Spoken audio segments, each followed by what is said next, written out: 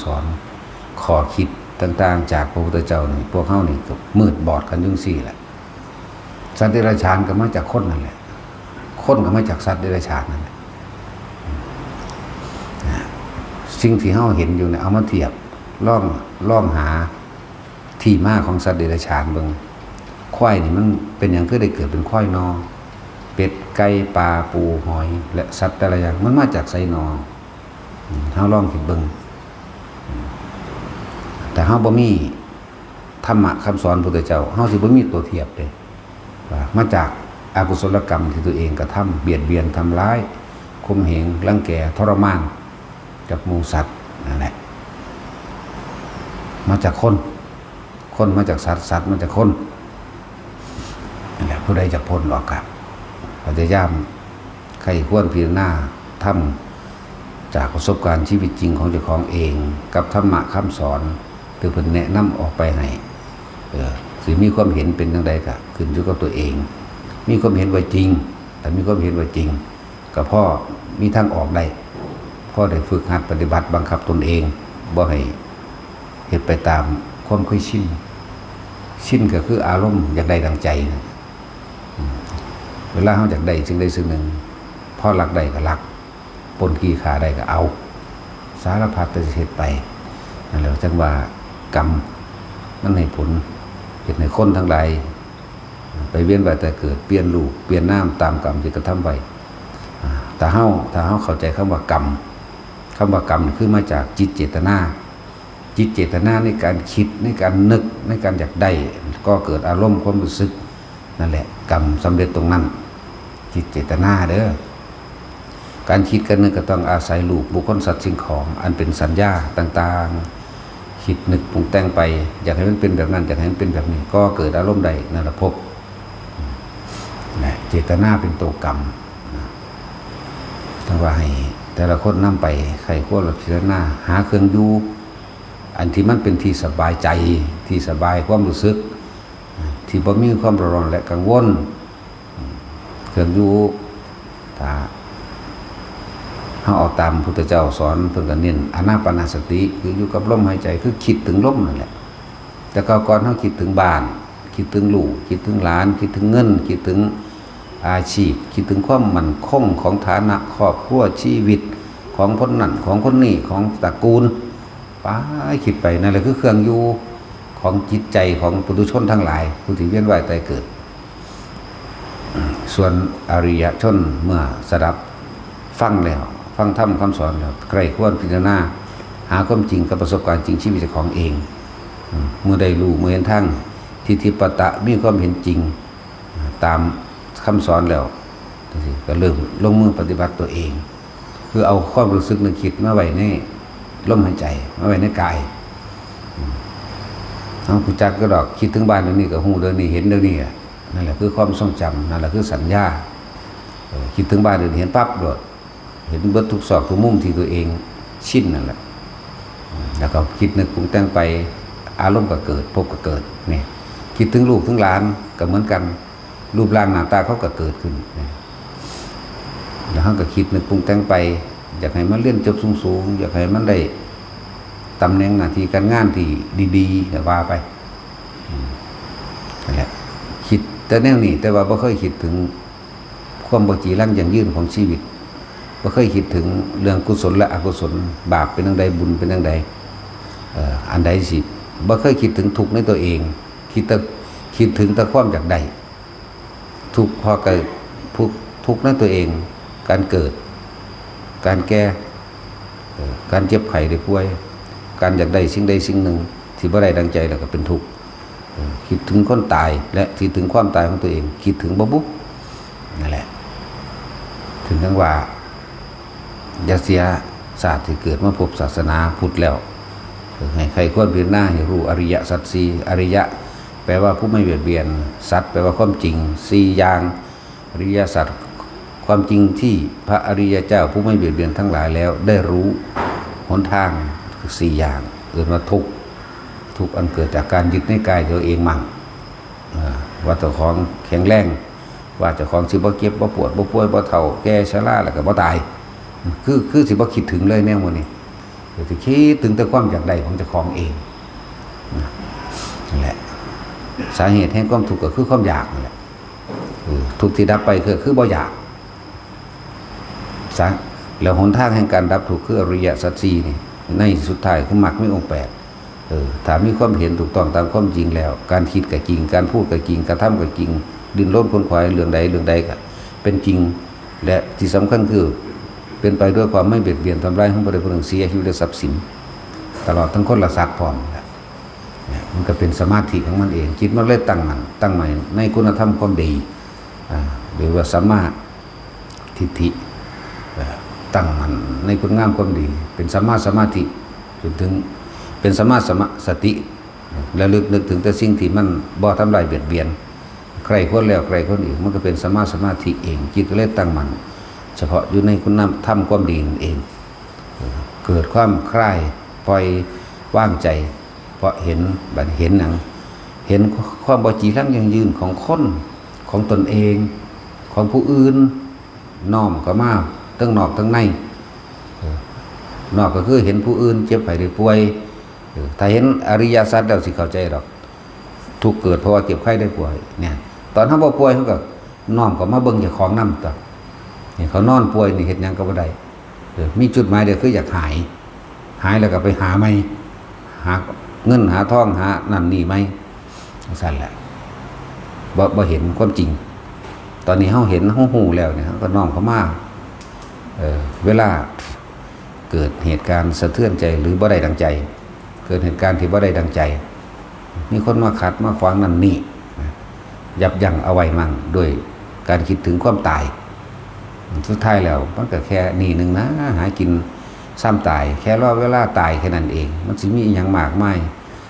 ใดที่ตัวเองอยู่โดยสุขสบายบ่เดือดร้อนปล่อยเลยปล่อยออกไปแค่นั้นแหละคนเฮาก็หากินแค่อิ่มนั่นแหละแต่ละมื้อว่าให้พยายามค้นขวาย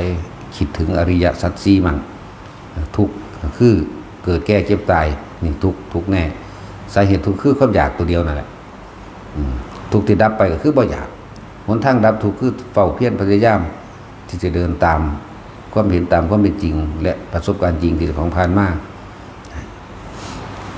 แต่ละคนเฮาก็เห็นคนตายมาหลายแล้วล่ะปานนี้ล่ะคนเกิดก่อนเฮาตายก็มีคนเกิดที่หลังเฮาตายก่อนเฮาก็มีแต่ว่าเคยคิดถึงความตายของตะของบ่ล่ะนั่นแหละอันใดที่กระทำไว้โดยจิตโดยเจตนาโดยมันที่ผ่านมาแล้วคิดถึงเมื่อไหร่ก็รู้สึกเราร้อนและกังวลด้วยอกุศลกรรมเคยไปฆ่าคนบ่รักของเขาบ่ว่านี่คิดถึงยามใดก็กังวลยามนั้นเด้นักสั่นจังว่าให้พวกเฮาพยายามเข้าหาธรรมเรื่อยๆเนี่ยพอเห็นทางออกจากทุกข์ออกจากทุกข์กับทุกข์จากการเกิดนั่นแหละพอเกิดขึ้นมาปุ๊บแล้วก็ทุกข์โลดดอกแม้ความเกิดก็เป็นทุกข์ทุกข์โลดทุกข์ว่ามันสิแก่ต่อไปความแก่เป็นทุกข์ความเจ็บไข้ได้ป่วยไม่สบายนี่เป็นทุกข์อยากได้สิ่งใดแล้วไม่ได้ดังใจก็เป็นทุกข์ความตายเป็นทุกข์นี่แหละเห็นจังใดเฮาสิบ่เกิดเฮายังสิบ่ทุกข์นั่นเองเพิ่นจึงให้พวกเฮาพยายามที่จะกลับมันอยู่กับลมหายใจลมบ่มีรูปร่างตัวตนอีหยังดอกใส่ความรู้สึกอยู่ในโพรงจมูกเจ้าของเองตนเองไปเดี๋ยวก็จับทางได้เองเพราะว่าสุดท้ายทุกคนก็มีความตายเสมอกันธรรมนี่เป็นของจริงธรรมนี่เป็นของโลกผู้ใดเห็นธรรมผู้นั้นก็ออกจากโลกได้คือเห็นความจริงนั่นเองธรรมนี่บ่ได้เป็นของศาสนาใดๆทั้งสิ้นเป็นความจริงทุกชนชาติศาสนาแม้กระทั่งสัตว์เกิดแล้วแก่เก็บตายคนเกิดแล้วแก่เก็บตาย